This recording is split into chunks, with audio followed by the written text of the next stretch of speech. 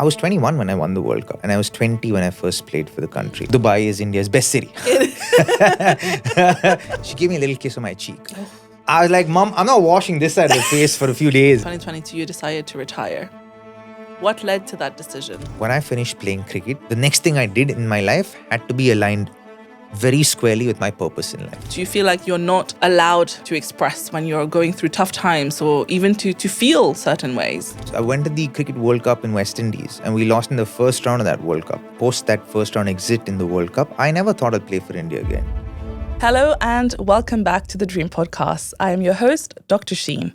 If you've been holding back on your dreams because you don't fully believe in yourself and feel trapped by family expectations or the path others expect you to follow, this episode is for you. On today's episode, brought to you by Whop, our guest is someone who took a dream and made that his reality.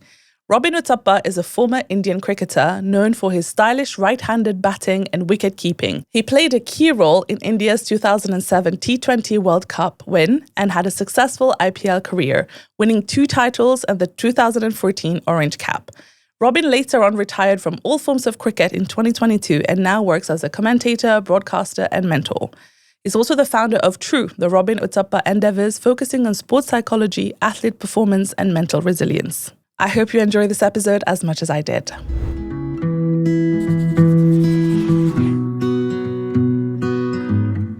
Hi, Robin. Hi, Sheen. How are you? I'm good. It's so nice to see you on the show finally. I know. This has been forever in the making. We've been speaking Forever. about this for over a year, I think. I right now. know. And I want to give people a little bit of context about how we met the first time. Yeah. Obviously, our mutual friend Joel introduced Thanks to her, Joel, because right? he was Hi, really Joel. sweet. Hi, Joel. Yeah. Thank you so much for this, because we've just become like such good friends on WhatsApp right now. We have. And you know what's funny? When Joel told me about you, I remember thinking, oh my God, the day I was coming to meet you for the first time, I said, he will know I'm a fraud because I know nothing about cricket. And Why would I think you're a I was fraud if like, you he's know going to think I'm a fraud because I know nothing about cricket. I'm going to pretend I know. And I was like, what would I have in common with this cricketer? He's very sportsy and I'm not. And the way we bonded that day was crazy. You told me some incredible stories that Yeah. have stayed with me and I'm going to get you to share with everyone today. But then the one thing you did for me, which will obviously go down in the books, is you made Sushmita Sen happen for me. So for everyone watching, you are the reason I Yeah. got to meet Sushmita Sen and have her on the show. And she was my dream guest from day one.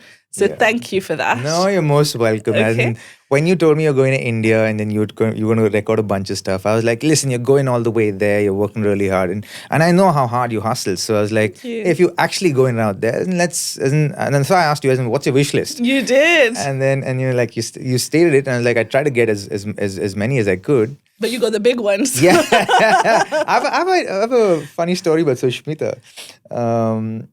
I'm still a big fan, but I used to have a massive crush on her when I was young. Of course. And, this one evening, our family and I went out for a meal in Bangalore. And she happened to be at the restaurant that we went to. And I was like, whoa, this is amazing. And then so like mom and dad were like, why don't you go meet her? And because I really was very fond of her. And this is, I'm saying, late 90s, right? Mm-hmm. So then I met her. She took a photograph with us. No, I didn't take a photograph. I took an autograph of her. Because wow. back then there were no phones. Like I keep thinking, autograph, that's what Yeah. it was. Took an autograph with her and she gave me a little kiss on my cheek. I was like, Mom, I'm not washing this side of the face for a few days. She's like, can I kiss you? I'm like, no. And she was so upset with me. Oh, wow. But I haven't recounted this story to Sushmita, but when she does come here the next time, and she said she'll get in touch, and so if she does, then Exactly. I certainly will recount the Oh, story. maybe to she'll her. see this. Maybe she will. But she did say, and this is why I'm so proud of you, because even when I spoke to her, she was like, the one thing I will tell you about Robin is that he is in the service of humanity. Oh, So your sweet. your mission is actually transparent to everybody, which is amazing. Thank you. But for today, I'm going to start with asking you, obviously we all know about your career as a cricketer, but I want to ask you today, how is Robin doing today?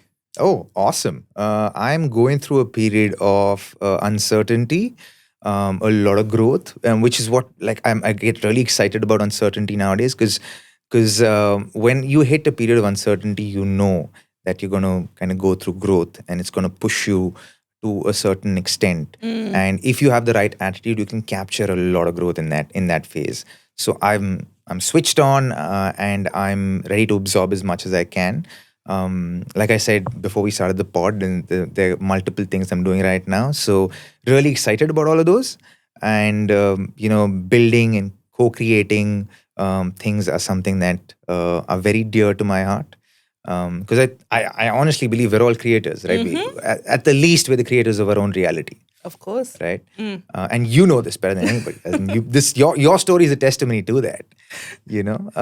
So it's uncomfortable, but it's pleasantly uncomfortable. Oh, I like that. Yeah, because I have, like, right now, even with our situation here in the UAE, even though there's a ceasefire right now, and things are good, things are better right now.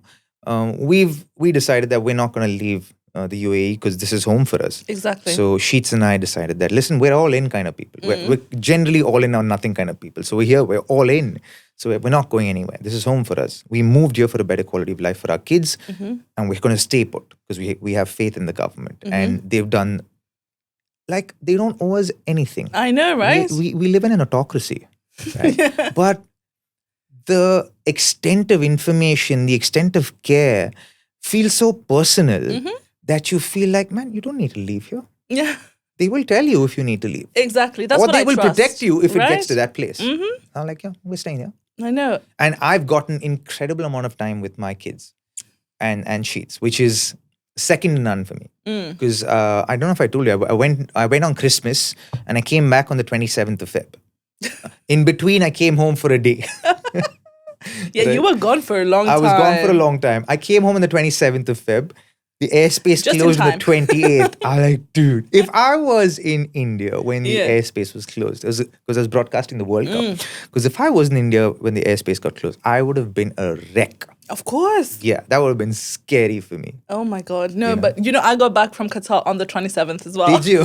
So you know the dates. I know. Because I the was next day, like, oh gosh, one more day I would have been stuck in Qatar. I know. And I was like, God, it's so good to be home. Yeah. But no, I remember when I messaged you, I was like, all okay, everything okay. And you were like, yeah, we're home. And I was like, yeah, that's what I feel. Yeah. Like, we're home. There's nothing to worry about.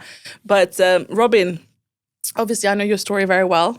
But I want you to share a lot of things today, and I don't even know where to start because your life has been such a roller coaster of incredible highs and some unfortunate lows, but it's been necessary lows. Right. And that's what I like about you. It's how you stay positive. Is this something you were always like this, where you managed to see the silver lining? No. No? I think I've been gifted with resilience, and I don't kind of claim to be resilient. I think I have the gift of resilience, and God's blessed me with that. And I kind of, I'm grateful for it, because I think if I hadn't been given that gift, I probably wouldn't have survived a lot of things that I have survived in my life. So I am eternally grateful for it. There are a few gifts that I'm well aware of right now, and I try and exercise it to the best of my ability to what I believe my purpose is for this incarnation of life, But so this is called the Dream Podcast. And here we love to talk about how people achieve their dream. And for you, it's so interesting because, we come from the brand culture, right? We're all they see. And here our parents love to see us go into the traditional jobs, push for that one. And every hobby is seen as a hobby and not as like a proper career. What a different world we live in now. Right. And look at us today. True. But even at the time, you managed to make a career out of a sport, right? Yeah. And I think that's incredible. But what was that like for you when the day you felt like you achieved that dream at that time? It's funny. The first time I actually felt like, okay, this is what I want to do for the rest of my life was the first time I went for competitive, say, selections. So I went for the under 13 state selections in Bangalore. I was 8 years old. Oh my God. And it happened, just after my 8th birthday. And it was funny. I didn't get selected. I got cut in the first round. So I came back home, and, mom was obviously sad, or, they were trying to appease me at that point. Like, you know what, don't worry, son, it's okay. It's okay. And I was like, just super upbeat. And mom's like, and she's like, it's okay. You don't have to, pretend you're fine. I'm like, Mom, I'm really fine. I'm telling you, I have so much clarity. I said, Mom, I just want to tell you one thing. I want to do this for a living. I want to do this for the rest of my life. I said, even if I earn 10 rupees from this is what I want to do in my life. Wow. At the age of, my mom was like flabbergasted. She's like, At that age. what is this 8-year-old telling me? And the following year when I went for the selections, which was in October the following year, and my birthday is in November, I got selected as a 9-year-old in the under 13 state selections. And for me, there's no turning back from there. So for me, I've always kind of believed that I was born to play cricket. And for me, my first memory of myself is of me playing cricket. My mom chucking the ball to me and me hitting the ball and claiming I hit a 6. That's my first conscious memory of myself as a person. So I think cricket was always meant to be, but I feel cricket is one part of my life. Of course. And there's a whole other part that is being unraveled as we speak. But that's so interesting because, a lot of us, even when we're 18, we think, oh, maybe this is what I want to do. Like, I thought I was going to be a professor, right? When I was 18. You have the credentials for it. And I was like, that's what I want to be. But you had such a strong conviction and you managed to make it happen for you. And I think until the dream materializes, there's the hustle part. And then once the dream is there, let's say when you've won your World Cup, like when that happens, how does it change who you are as a person? Because now that thing that you're working towards has happened. Then is it just the weight of expectation after that? What happens? Before we carry on with this conversation, let me tell you something I wish I knew earlier. When I started building a business on social media, I thought I needed 10 different platforms. One for payments, one for courses, one for memberships. It was chaotic. And honestly, it slowed me down. Then I found Whop, and it changed everything. Whop is basically the platform I wish existed when I started.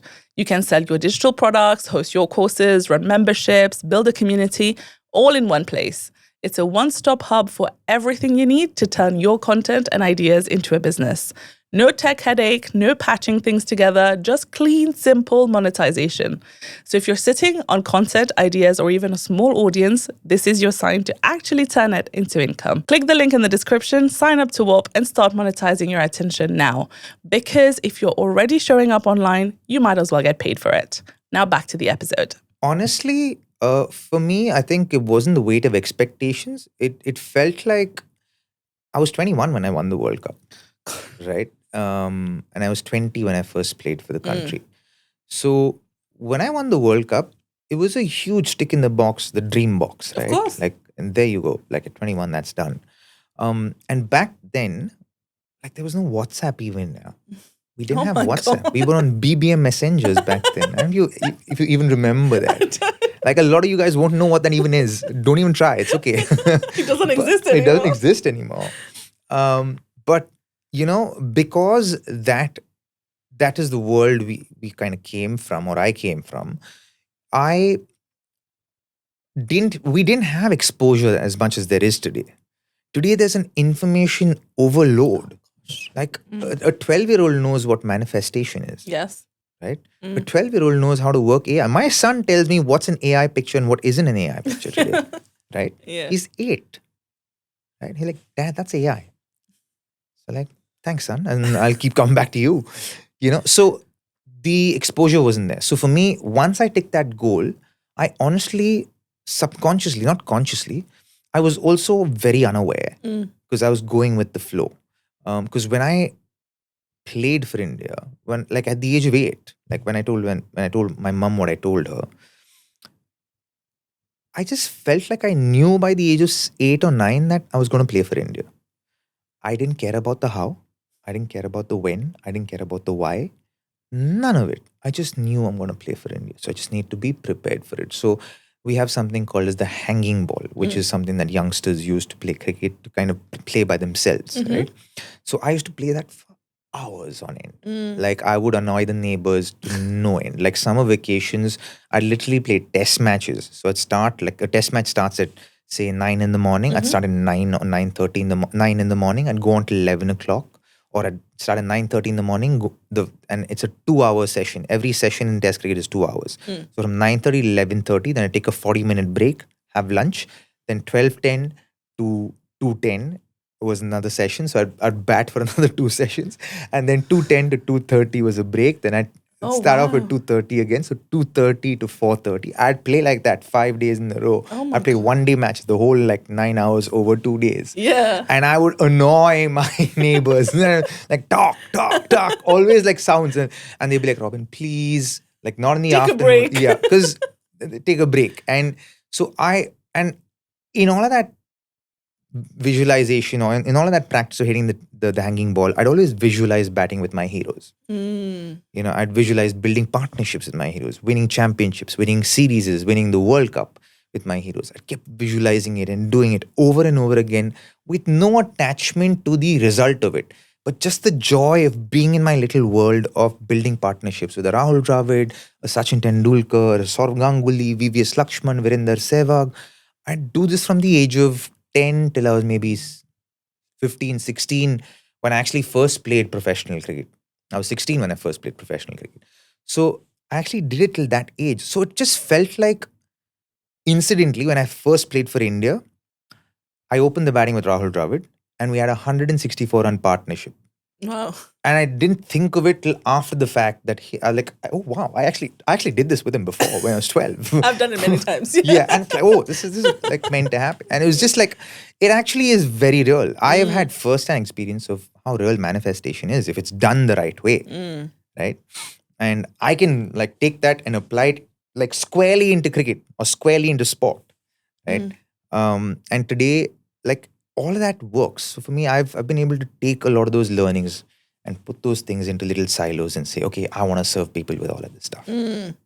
But also for you, it was like manifestation, but a lot of action, right? Yeah. And I think people don't see the hard work sometimes that happens behind the scenes. And we assume that people get lucky with their dreams. Well, you earn your luck with your work ethic. I think luck is earned.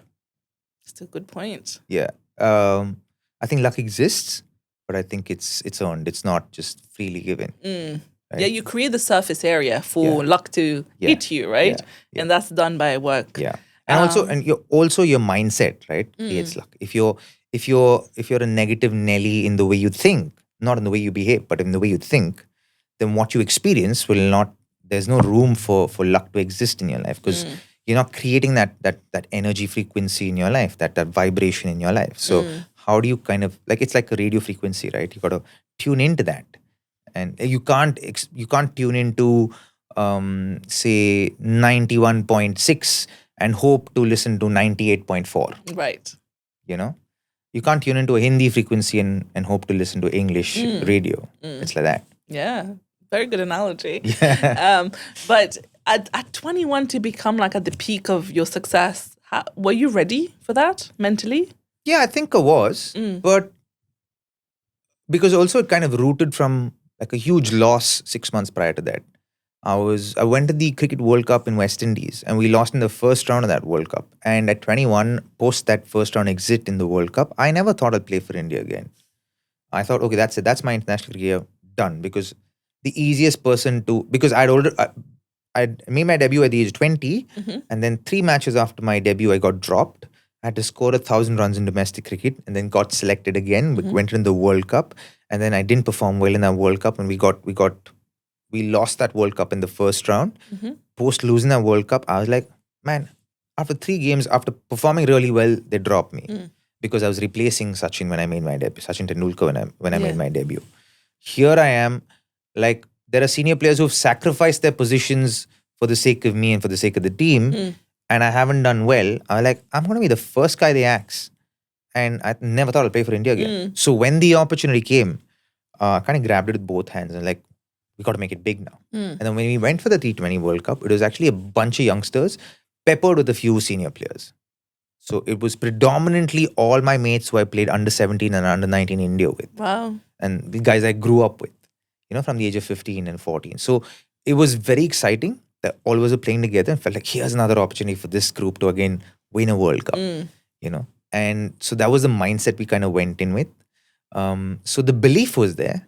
But I think For what came after, I personally didn't have perhaps the wherewithal to navigate through what came after or what was next for me personally. I didn't have the awareness. I didn't have what was next in line for me.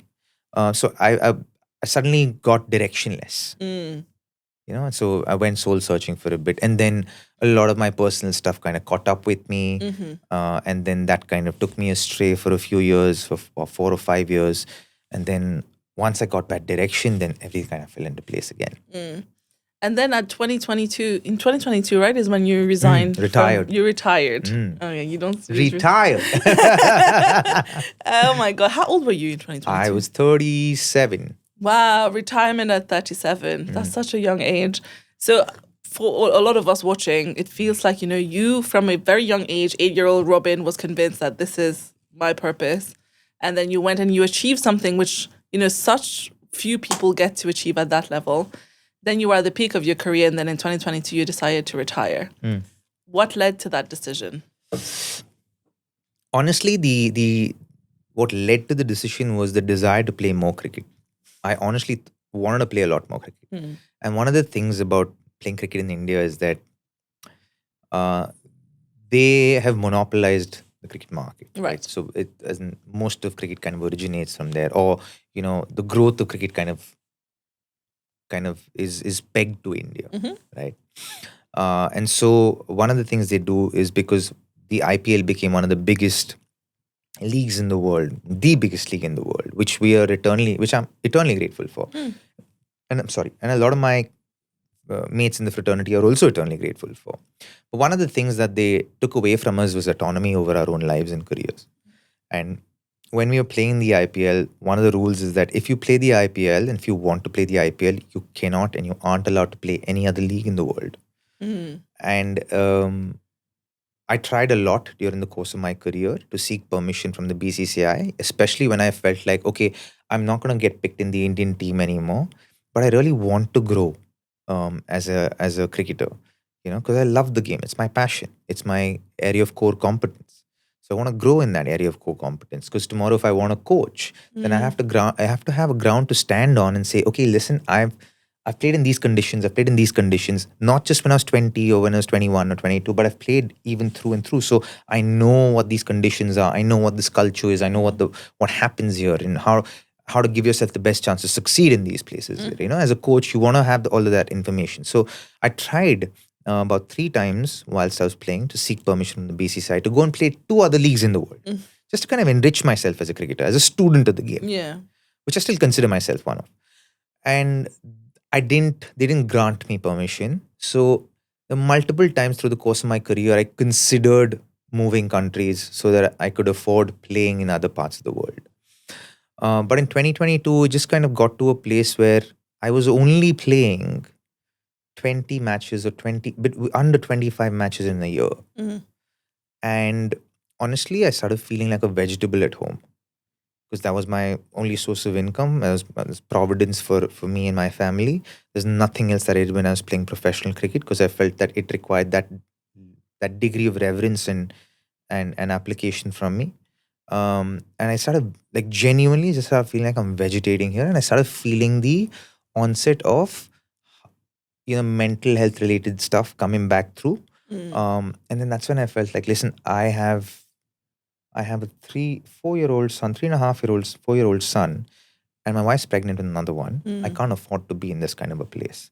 And it was a combination of a lot of things, right? And then it was like, okay, maybe it's time to call time on this part of my career. Maybe give up the IPL, even though I feel I could have played for a few more years. And then try and play cricket outside of India and serve the family through that.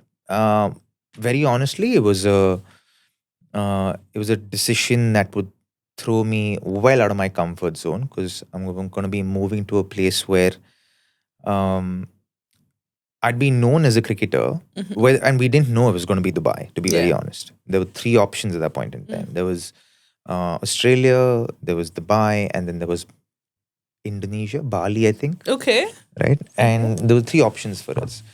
And I felt like we live in one of these places, and I go and play cricket in different parts of the world Right. and provide for the family by doing that. And also start cricket broadcasting. And I thought that's what I'm going to do. But God and life has their way. And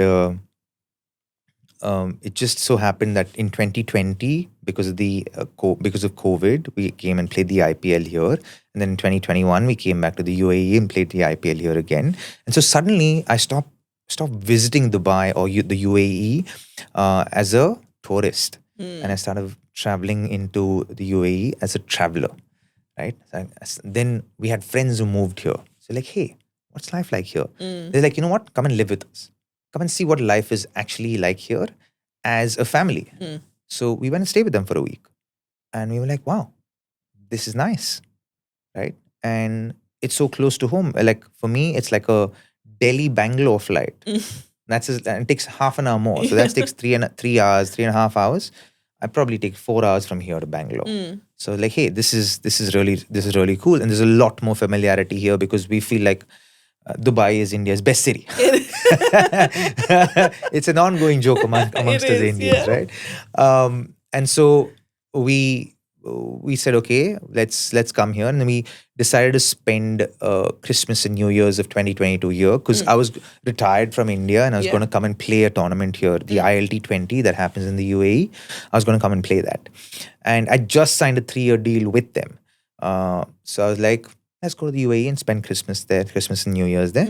And then you guys can go back and I'll go and play the tournament. And by then we had decided maybe we'll move by the start of the next school year. So July, August is when we planned to move. Right. And we pegged Dubai by then, right? In fact, we hadn't pegged Dubai. We actually thought we'll research Dubai for another year. We pegged Mumbai for a year. Because we're like, okay, we'll live in Mumbai for a year and then we'll figure out what the financials are, taxation is. Let's figure out all of that because I want to be in the right side of all of that. So like, give me a year to figure that out. So when we moved here, when we came here in December, Trinity, our daughter, was 4 months old. 6 months old. Not even 6 months, 5 months old. And Nolan was 4.5. Okay. Right. And so in that trip to the UAE at that point in time, Sheets got diagnosed with postpartum prenatal depression. And then suddenly it felt like in a year, I had to take a call as to, do we do 3 moves in a year? So we moved from Bangalore to Mumbai and then Mumbai to Delhi. Mumbai to Dubai, which means we move from there to there. Yeah. And then so that means schools, house help, logistics, all of that stuff, right? And I'm like, do I want to put her through kind of 3 moves in a year and a half? So I asked her, we had a conversation. I was like, listen, it's going to be tough, but I'll swing it if you are okay with it, because I think this will be too much for you because it's mental health related stuff. So we don't know how long this will take. So if you're okay with it, the first 6 months is going to be really tough. We can just do 1 move. I'll figure out the logistics of finances and taxation and all that. But we can move. But only if you're okay with it. And Sheets was like, I'm okay with it. Let's go ahead with it. So we're like, okay. So we came here and we're like, okay, Robin will play the ILT 20. In the meanwhile, they look at homes, and because we don't know the ecosystem, right? Outside of the friends we have here. We don't know what school's like. We're researching that, houses like, rentals like, and all of that. And so whilst playing the ILT 20 in that first year, I met a friend here who literally is God sent. Genuinely, he's an angel in my life. I don't know how I would have moved to Dubai without him. So he literally, when my off days, when he had off days during the ILT 20 at that point, every off day he'd take me to homes and show me rental homes through his contacts. And we saw, in that month and a half, we saw over about 80 homes. Oh my God. That's a lot. Yeah. But it was fun. I learned so much about the real estate market after moving here. And this is 2023, early 2023. So I was like, I moved on the back of that 3-year deal with an ILT 20 side. And funnily, we saw 3 homes that we really liked. Like out of these 80 homes, there were 3 that I knew that Sheets would like, and I really liked the energy of. So I asked Sheets, do you want to come and have a look. There's 3 houses. Might get it for a good deal because we're going into the summer apparently. Yeah, it's so you cheaper. get better Yeah, deals. yeah. So I was like, she's like, yeah, I'll come. So this was end of Jan, maybe last week of Jan in 2023. So she came, she saw 3 homes. She liked one of them. Yeah. So we made an offer. They're like, okay, take it. So suddenly, what we were planning for July happened in February. Oh, wow. So by Feb 23rd, we'd moved here. So last week of Jan, we saw the house. And lock, stock and barrel from India, we moved here by Feb 23rd. Wow. And we moved into Arabian Ranches too. And we lived there for a bit. And then we moved again to the villa. And then we moved again now. So in 3 years, we moved 3 homes. But we love it. Yeah. The kids love it. They have so much fun here. And obviously, it was, for me personally, well out of my comfort zone. Because after the first 6 months, because I'd done really well in the ILT20 for my team. I was the second highest run scorer for my team. But 6 months into after that season got over, they pulled the 3-year contract, which was heartbreaking for me and kicked me out of my comfy little zone I was sitting in, because I was like, okay, I have this 3-year cushion to kind of learn the ecosystem, Gives you time. not worry about provision, because it covers school, it covers school, it covers rentals, it covers understanding this market, education, and all of that. And suddenly I was like, oh my God, where am I going to go? My God, my worst nightmare. And then I kind of got into this headspace where I kind of moaned and sulked for a couple of weeks. As you should. Gave myself that kind of time. And then after 2 weeks, I was like, okay, enough now. Let's get on with it now. Like, start thinking what's next and how do you figure out solutions for this. I dive deep into the ecosystem here. And any traveler who comes here or anyone who comes here learns a lot about how beneficial the real estate market is. Yeah. So I started studying the real estate market. Like, I even considered doing the examination, taking a license up. And then I was like, maybe not a great look for me. So like, maybe not.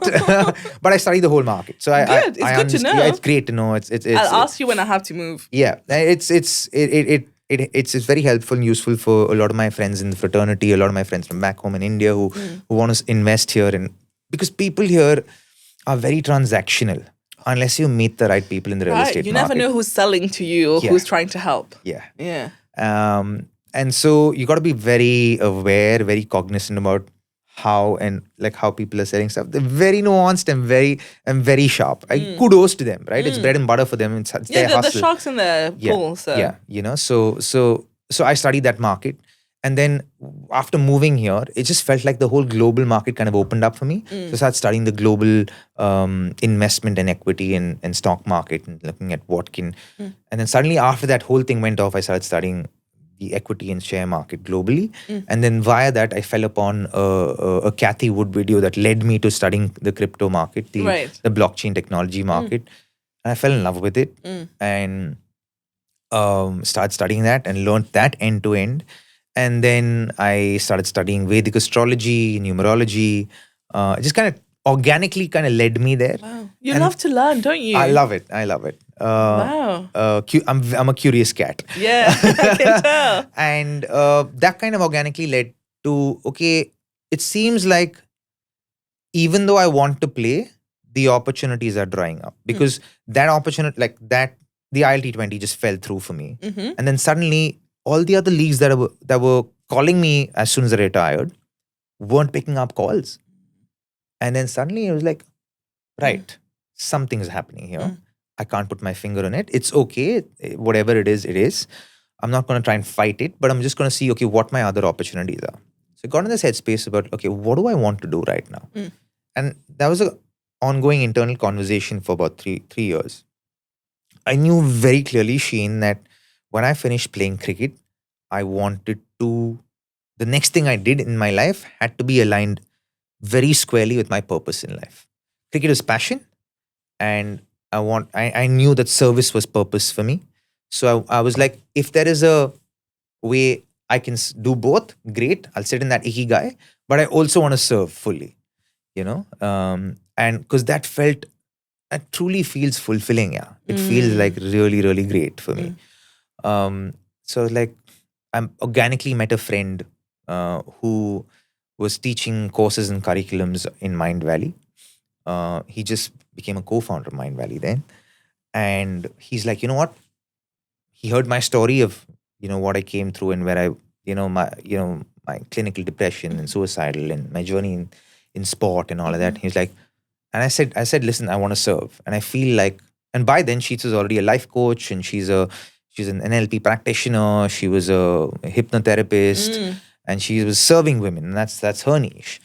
And I always knew that going in that area of life or aspect of service is something that I deeply wanted to do. So I was like, yeah, I'll do the certification now, because it seems like that's the only thing I can do right now. And so I went and did the certification. Loved it. It was truly gratifying. Then I went to Tony Madanis' school, Anthony Robbins' school, and I did my NLP practitioner and master practitioner certifications. Finished that. Did the Core 200, which is an executive coaching certification. I did the Core 100 and Core 200. So Core 100 got done. Currently finishing Core 200 right now. It's a lot of fun. And whilst doing that, once the certifications came, we formed True, which is my coaching company. And it's like, okay, how do I navigate through provision and building that up and still looking after family and still kind of figuring out this whole ecosystem? And so we're right squarely in the middle of that right now. Because even broadcasting, I've actually just given up. I know you in were a sense, saying. my primary broadcasting gig in India, I Yeah. gave up because of the couple of things that I'm doing. So there's True, but there's also another thing that is very kind of service oriented for me. We just co-founded a cricket multimedia company that focuses on non-live cricket globally, which is a huge untapped market in the cricketing fraternity, in the cricket media space. And so myself, Jared Kimber, and another friend, Deepak Goyal, who's a former IITian, kind of co-founded this little thing called the Combox. And we're hoping to capture non-live cricket globally, and it's going to serve and benefit a lot of retired cricketers. So for me, it's service to the fraternity.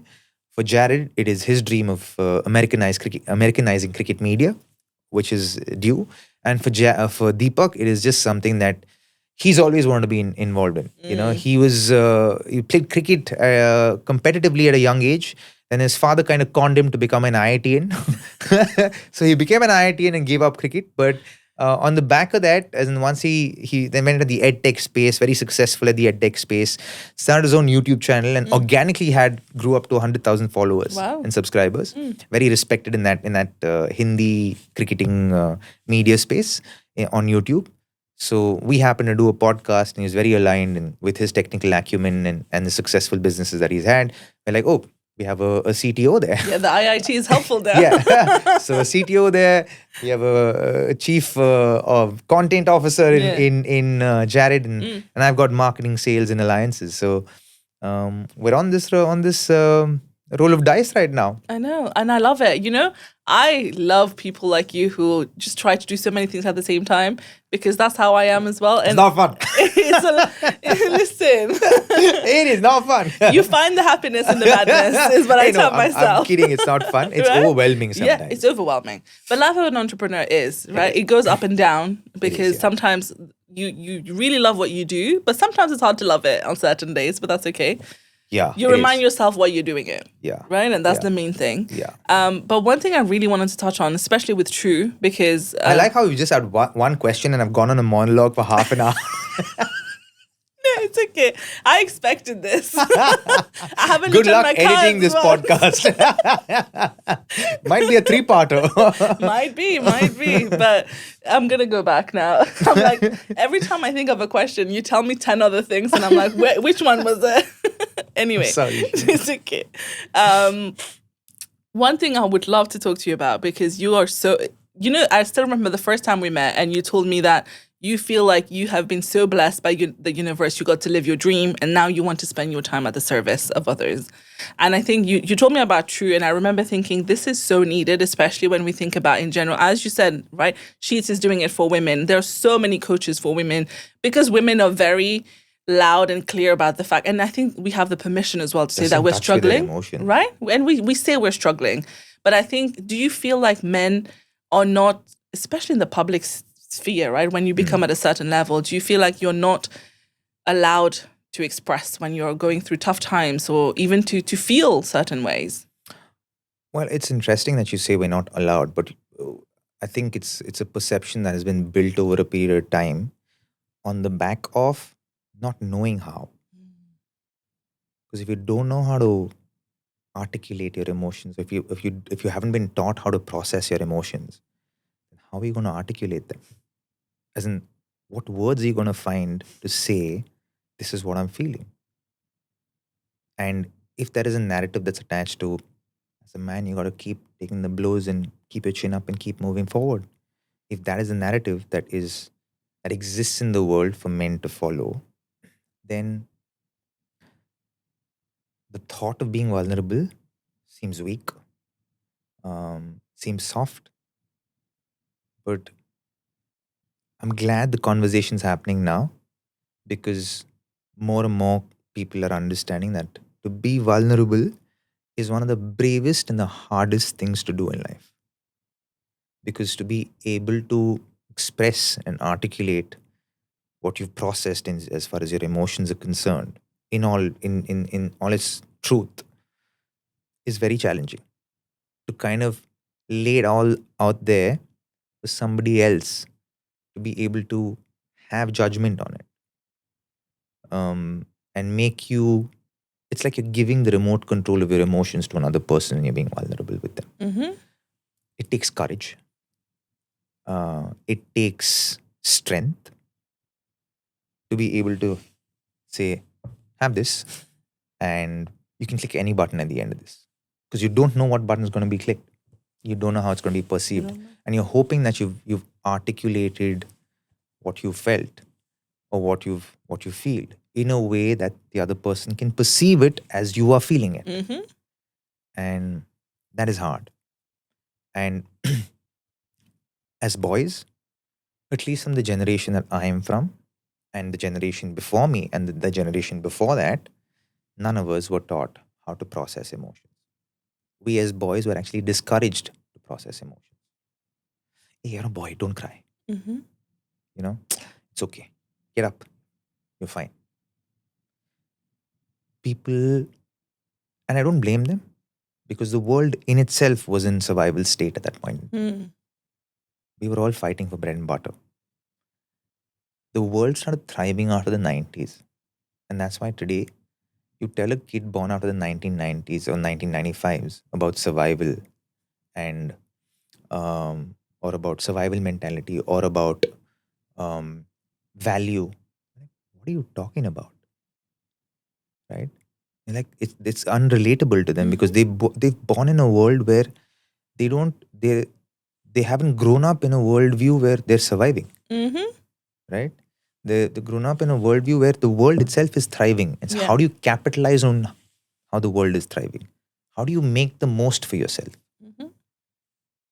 We come from a world where we grew up in a world where everyone is like, how do you make do in life? Right? We're not we were not brought up in a world where how can we make the most of our life? Maybe 1 or 2% of the world lived in that kind of mentality. The rest of us in the world kind of lived in that, because you're coming out of wars, famines, everyone is rebuilding, coming through independence, and countries forming, and all of that's volatility, right? So people coming from that generation do not understand that when a child is born irrespective of they're male or female, they're born through the divine feminine, right?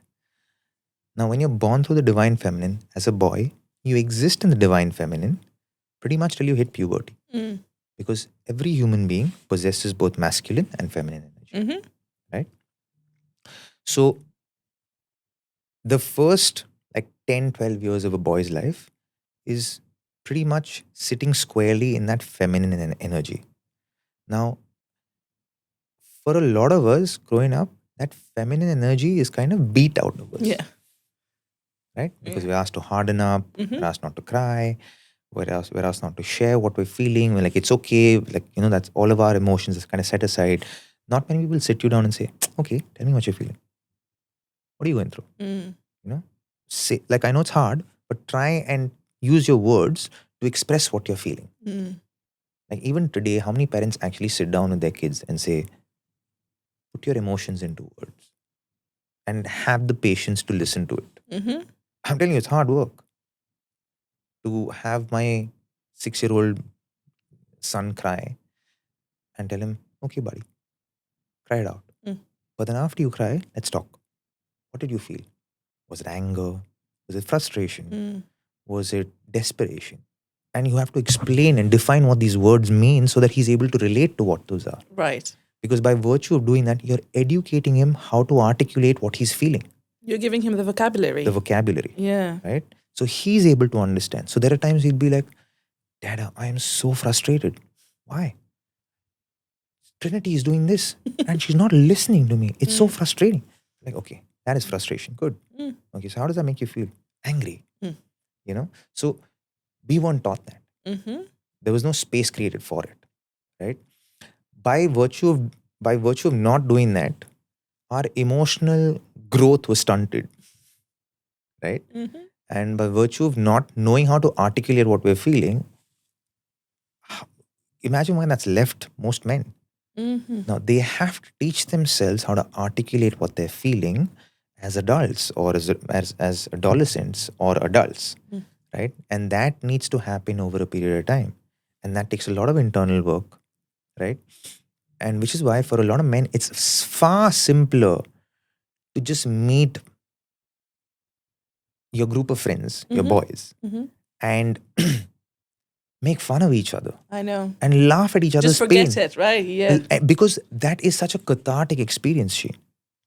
That there's so much catharsis in that you feel like we're able to find a way to at least relieve the stress of how painful this experience is by laughing at each other with it. And that's why men enjoy spending time with men, because they're able to tap into their grievances and their difficulties from a childlike space, from the inner child space. And the only spaces that they kind of bring it out in as adults is with their mothers, because they were born through the divine feminine. So their feminine side comes out there very comfortably. And if the wife or the girlfriend has made the effort to create a path of least resistance to be able to tap into that space of your partner or your spouse. These are the only spaces it will come out in. Unless you're genuinely comfortable with yourself, with the feminine side of the energy within yourself, and you know how to articulate your vulnerabilities, you know how to express your emotions in a way that's constructive and not destructive. And for me, that is my endeavor at True.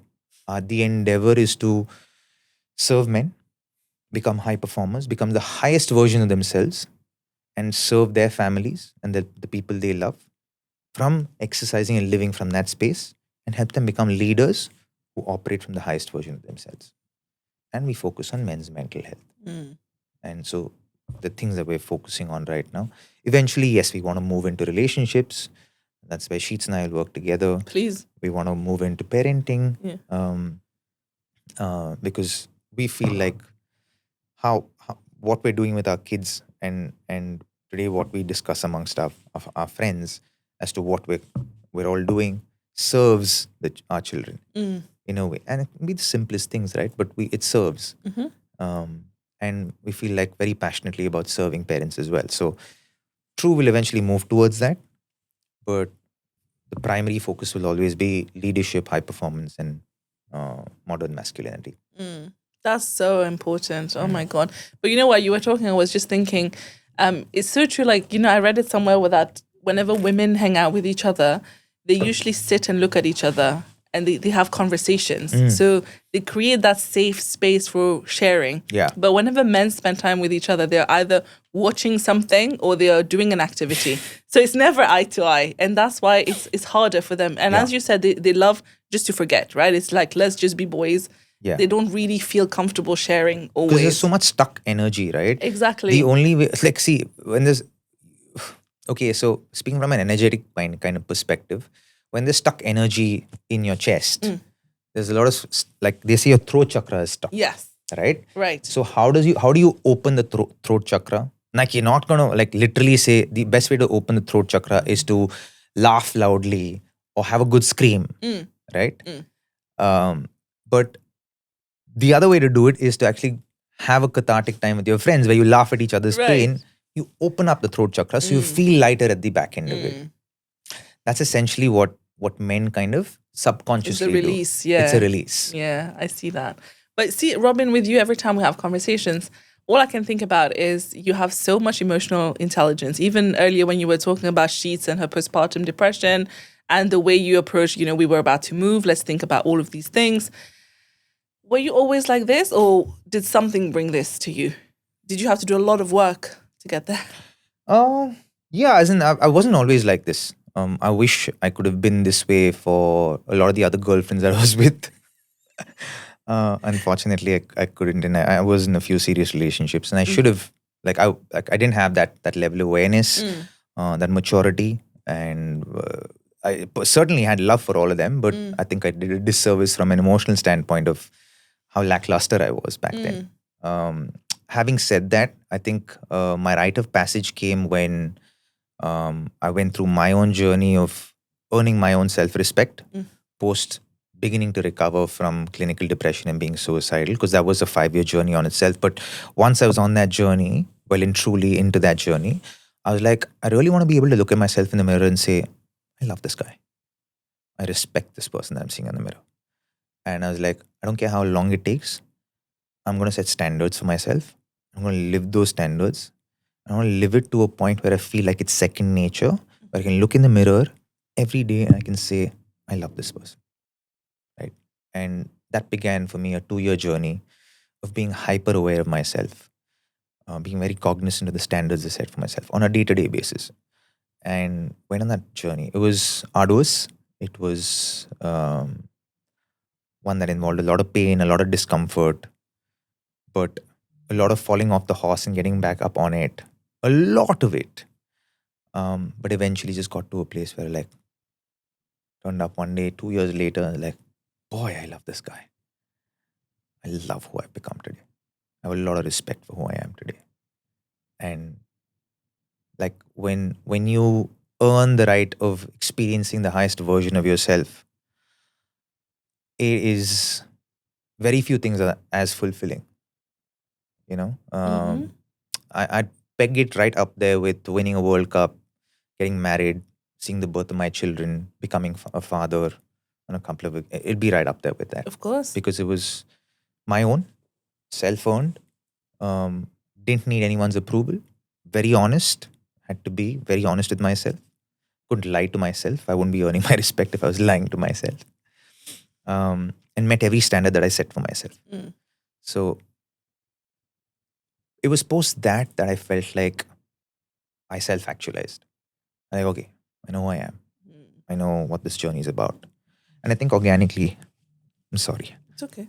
I think organically I just got to a place where I was like, it's only going to get better from here. So I started exercising awareness at a deeper level. And I kept like, one of the things I gave myself was a margin of error. I allowed myself a margin of error to make mistakes, because I was like, if I don't have a margin of error, if I'm seeking perfection, one is I'll either, and if I do come close to it, and become very proud and haughty, or I'll beat myself up. I was like, no, I want to pursue excellence. I don't want to pursue perfection. So I'm going to give myself a margin of error and be kind to myself when I fall off the horse, and then promise myself to get back up on the horse, even if I take a little bit of time. So the 2 weeks that I moped around when the whole thing went was for me to say, okay, I'm here. I fell off the horse. I'm going to just mope about it for a couple of weeks, because I'm like, there are responsibilities for me to fulfill. So, and I have a wife who's recovering. So I need to be there for her. I have a daughter who's just 6 months old. I have a son who's 4.5. So I need to serve them. So I did my thing for a couple of weeks, and then I got back up on the horse and kept moving. Because it's okay to fall off the horse. And you will fall off the horse sometimes in life. And that's necessary. Because it brings humility. It brings a lot of teaching. But once you learn what you need to learn from the time you've fallen off that horse, then you need to get back up on it and get back on the journey. And a lot of people a lot of times people feel like it's impossible. It's not. It just takes the effort to do away with that perfect perception of yourself that you've had of yourself. Nobody in the world is perfect. Nobody. Mm-hmm. We're all imperfect, and that's the beauty about imperfection. There's so much in it. It's so malleable. It's so moldable. We can become whatever we want to be. But one thing I realized even myself recently is that when things don't work out, the reason I get more upset most of the times is mostly because of what will that look like to other people. So it's the ego, right? It's the ego more than actually how we feel about it. Because one thing somebody told me was that you've survived everything that happened to you till date. Sheen, tell you something. Nobody cares. Right, that's the thing. Nobody cares. Everyone is so Nobody cares. self-obsessed. Yes. They have so much going on in their own lives. Yeah. It'll last a day. It'll Yeah. last a few hours. It'll last a few days. It'll last a week. It'll last a month. People don't have time. And there's so much information out there in the world. Like, it becomes gossip after a point in time. And what is gossip worth? But see, you've experienced it. Recently I'm getting a lot of hate for, just talking positively about the UAE. But how did you deal with it when you went through that time in your career? I still deal with it. I'm getting a still lot of hate today for getting predictions wrong. Welcome to my world. How do you deal with it? Just like, go, man. You control the controllables. Like, if you try and control everything, like, opinions are like backsides. Everybody's got one. Doesn't have to suit any one of us, right? That's true. It's okay. And let's live in a world where we agree to disagree with each other. Right? I made a call about a young phenom today in cricket. Okay. 3 months ago. And I felt like he'll go through second season blues. And he hasn't. He's actually come doubly prepared, and he feels like he's taking the world by storm. And I'm catching a lot of flack for that. But I'm very happy to be wrong. Okay. Same. Genuinely. I don't mind being corrected. But I'm like, it's okay. But and the only time I kind of intervene or get into a conversation is when people start misquoting me. Right? Because I don't want to be misquoted. And so that's when I kind of just say what I want to say and hold my peace. Because for me, I'm like, listen, not everyone sees things the way you see it. No, they don't have to see it the way you see it.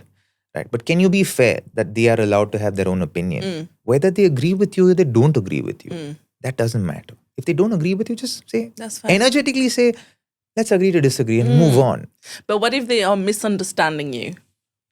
But I guess you can't control that, right? No, When you're on the internet? Like, how many people will you try to change their perception or their understanding of what you've said? It's a futile pursuit. And an unnecessary one that will take up time and energy of your life that will not add any value to your life. Like, why would you even, like, if you're doing anything, it should either add value to somebody else's life or add value to yours. If it doesn't, perhaps not wasting time on it. Agreed. Okay, I'll remember that. But Robin, from all of this, so I do a lot of content around my faith as well. Yeah. So and I've seen that you also talk about this. So tell us, what role does faith play in your life today? Before we carry on with this conversation, let me tell you something I wish I knew earlier. When I started building a business on social media, I thought I needed 10 different platforms. One for payments, one for courses, one for memberships. It was chaotic. And honestly, it slowed me down.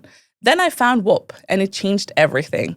Whop is basically the platform I wish existed when I started. You can sell your digital products, host your courses, run memberships, build a community, all in one place.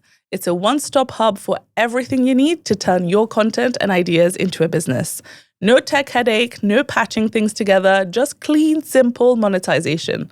So if you're sitting on content, ideas, or even a small audience, this is your sign to actually turn it into income. Click the link in the description, sign up to Whop, and start monetizing your attention now.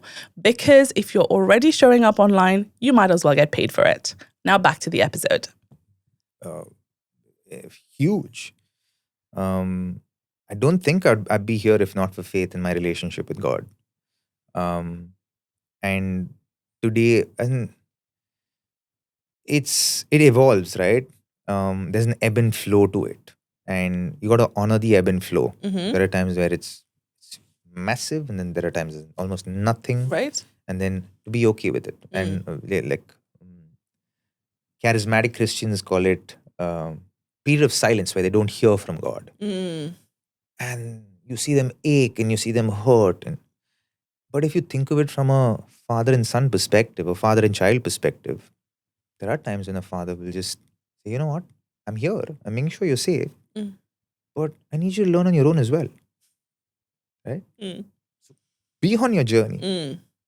Like, know that you can always come back home, right? Sure. And if it gets that bad, you'll hear from me. So for me, I've always operated from that degree of faith, that I always say God lives within me. He's not without.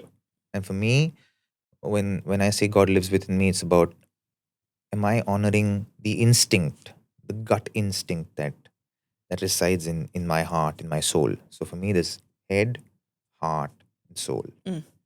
So am I honoring that? Like, if I can honor my mind, if I can honor my heart, I should also be honoring my soul, right? So that is an active pursuit today. And today, my sounding board for my soul is my wife. So kind of reach out, because you guys are directly connected to the divine, right? And so for me, I always lean on that guidance, on that reaffirmation for me, or reconfirmation for me.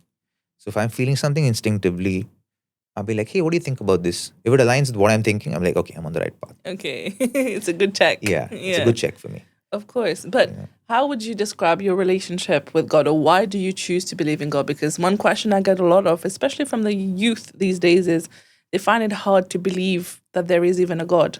So what for you solidified that belief that there is a God? What solidified it was a personal experience. I asked for one and I had one. I know. Tell us the story. All right. I'm trying to guide Here you we there. go again.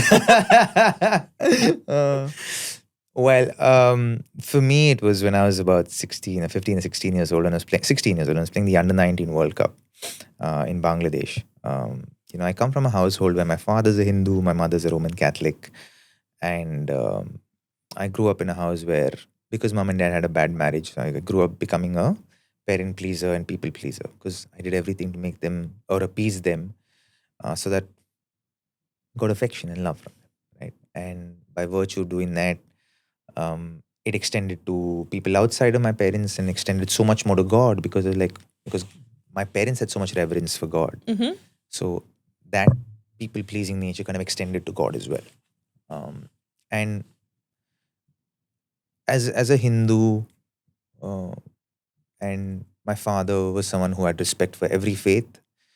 So we had an altar that had a lot of Hindu deities and gods there, but also the Holy Family and Yeshua and the Christian faith as well, right? So we grew up in that, and my father was a very, very religious Hindu, superstitious as well.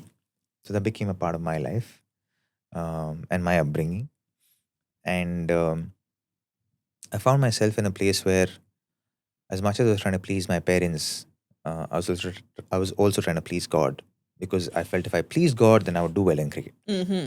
Right. So playing the Under-19 World Cup, and at that point, I got to a place where there was a period where I was doing a lot of chanting of mantras, and then I was also reading the Bible.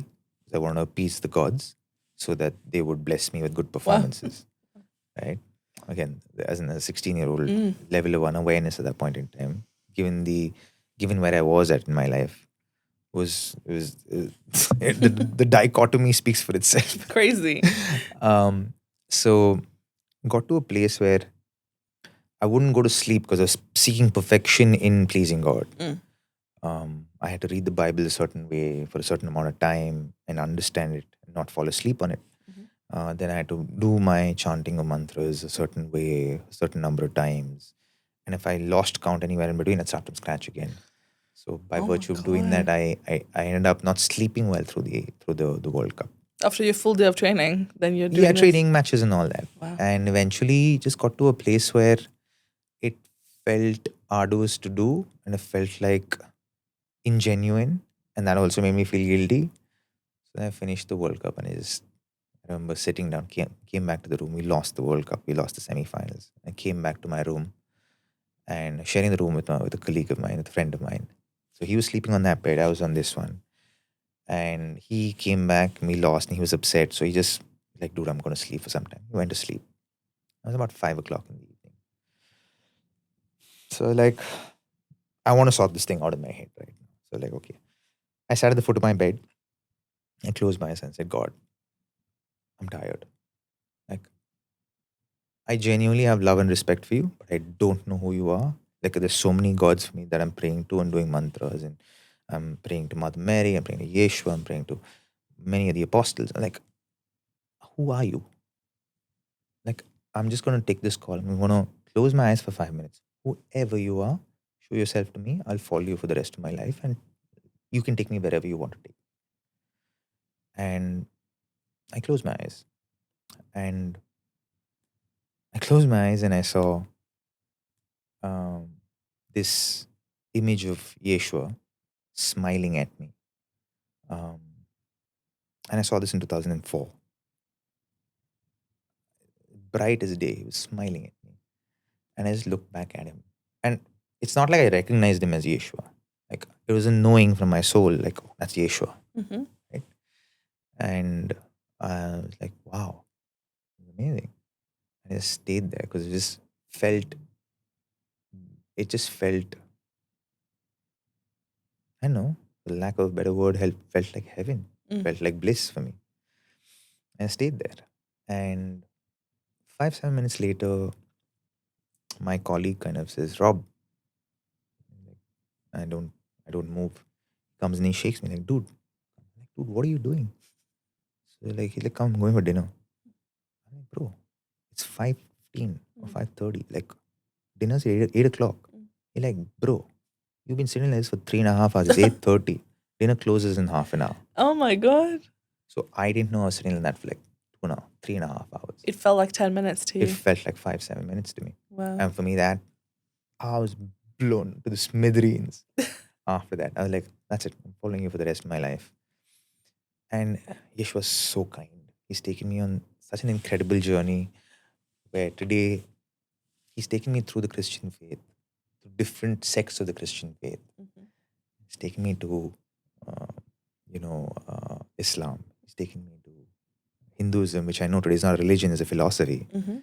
And navigating, like even today, navigating me through the philosophy of Hinduism about everything that exists in the world. And that's a very personal journey. I don't think I'll ever share that, but everything has been so fulfilling and so enriching. And I've never once since that day have I not felt his presence. It's something that I'm eternally grateful for. And he's journeyed with me through clinical depression, through being suicidal, through all of it, Sheen. And through my marriage, my kids, the ups and downs, the periods of discomfort. And so for me, I know that everything that I'm going through, I kind of embrace because I'm like, hey, this is the life. This is the incarnation. The purpose is to serve. If this adds value to me serving my purpose in life, happily go through it. That little thought shifts the perception of what you're experiencing at that point in time. And oftentimes, you don't need the light at the end of the tunnel, Shane. You ask for light for the next step. I will change my name if you don't get it. We often want everything. We're impatient. We don't need it. We want it. We don't need it. What we need is the next step. You ask for that much light, he will give it to you. She will give it to you. It will be presented to you. And say thank you and move forward. And know that when you get to that next step, the next step will light up itself. If one can operate with that confidence in the eternal creator. I know, right? Simple That's all stuff, you need. And then even the tough times, you feel like, well, there's a greater picture that I don't know. Yeah. This needs to happen. Yeah. There must be some good in it for me. Let me just power 100%. through. And you know that the promised- God's got you. there is nothing you will go through in your life that does not serve you. Exactly. Not a thing. You just don't know why yet. Yeah. That's It doesn't matter. It'll show itself. Wow. That was beautiful. Thank you, No, Robin, most for welcome. sharing that. I feel like we have so much to talk about, but obviously we've run out of time. You need to give me a part 2. Yes, I'll give you a part 2 and a 3 if you want. So my final question for you is, today, what is your new dream now? I feel like you've lived a lot of your dreams already, but what is your new dream? The new dream is that through True, we will impact 1 billion people over the course, more than 1 billion people over the course of my lifetime, inshallah. And my only desire is to help people become the best versions of themselves. And if I can empower them to tap into the goodest and the baddest parts of themselves to become the best version of themselves. That's a beautiful mission. Do you have any parting message for anyone watching you? Especially the young men. Yeah. This shall also pass. The next thing will come along and that shall also pass. And you will learn, you will grow, provided that is the intention that you have in your heart. The more you learn, the more you grow, the better you become. And please be kind to yourselves. You deserve it. Thank you so much, Robin. You're most welcome. And if I had to describe you as a feeling, you're just like a warm hug, honestly. Oh, thank you. Thank you so much for being here today and for sharing everything. No, it's my absolute pleasure. And I can't wait to see where True goes in this year. Thank you. Thank you so much.